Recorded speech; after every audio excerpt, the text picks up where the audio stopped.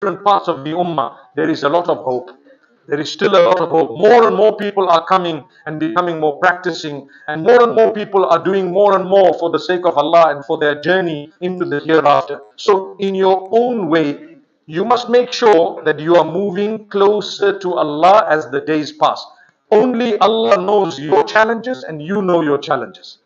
Actually, Allah knows your challenges better than you know them.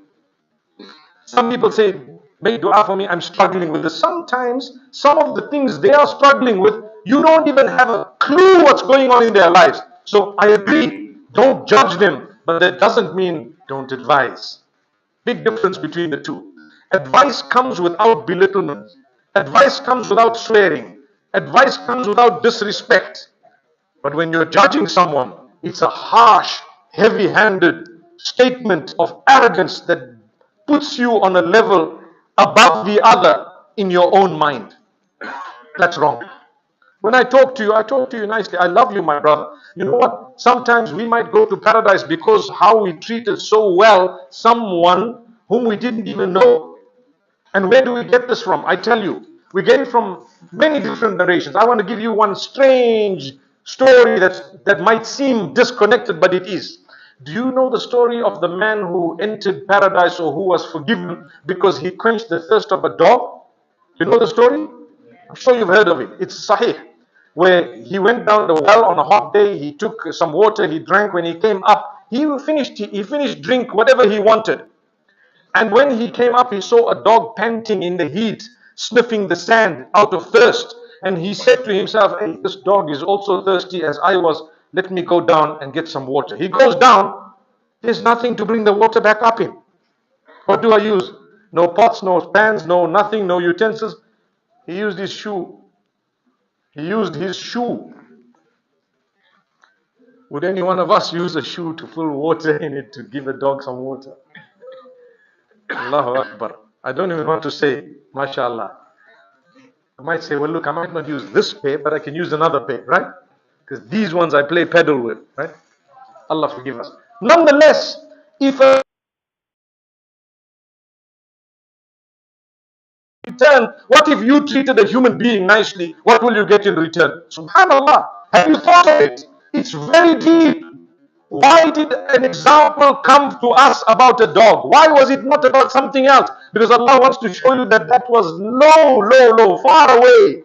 But with human beings, you will get a massive reward. Treat them nicely, reach out to them, look at their needs, think about their needs. This guy got up and he thought about the needs of a dog.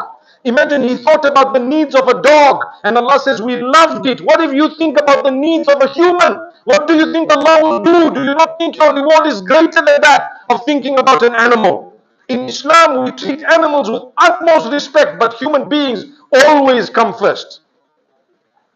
I've asked the question in the past, and I say it again. If two people, meaning if there is a flood, for example, and a human being is drowning, and the dog is drowning, who will you save? Who will you save? Who knows the correct answer?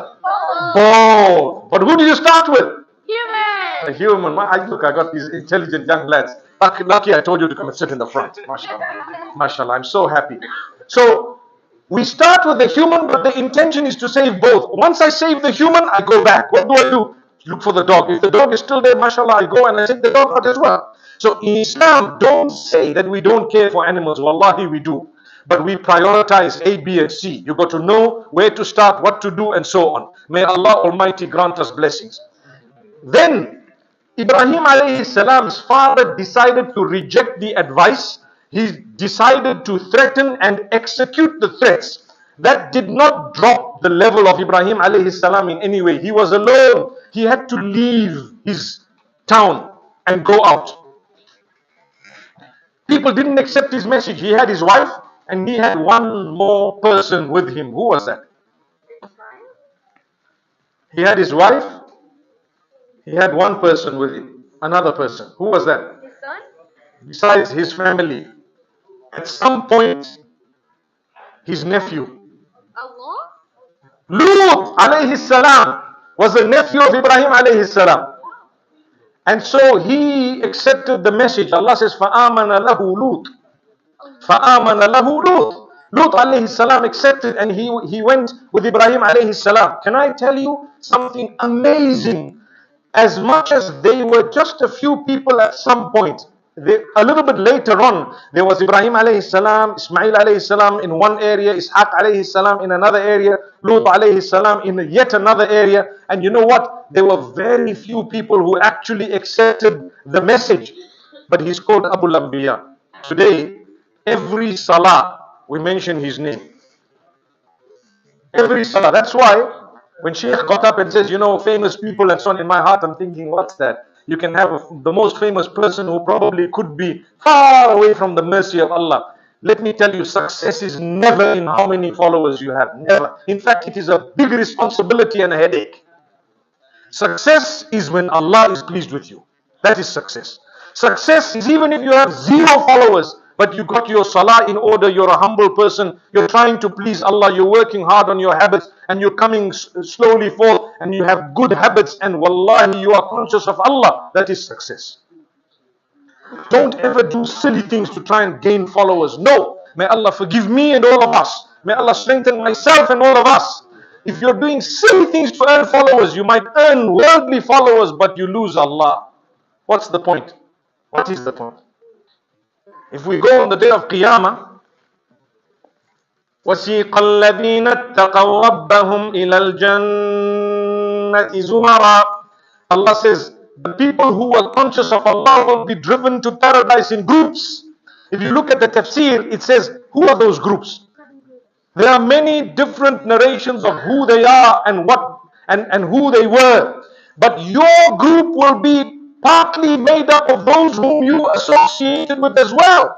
Subhanallah. I've always said, when you're sitting with all your friends and you're excited with the group that you are in, ask yourself, all these guys who are here, which way do you think we're going to go in the hereafter? This way or that way? If you think that we're going to go the other way, it's about time to change that. Get into a proper group where you pray together, you do the right things together, you remind each other together, you do charity together, you quit sin together, and then that's a good group. You can also play together for as long as it's halal.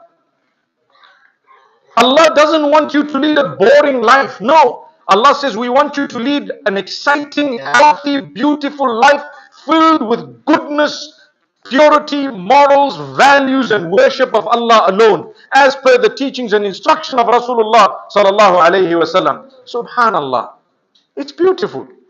People might not like you. It's okay. They didn't like people who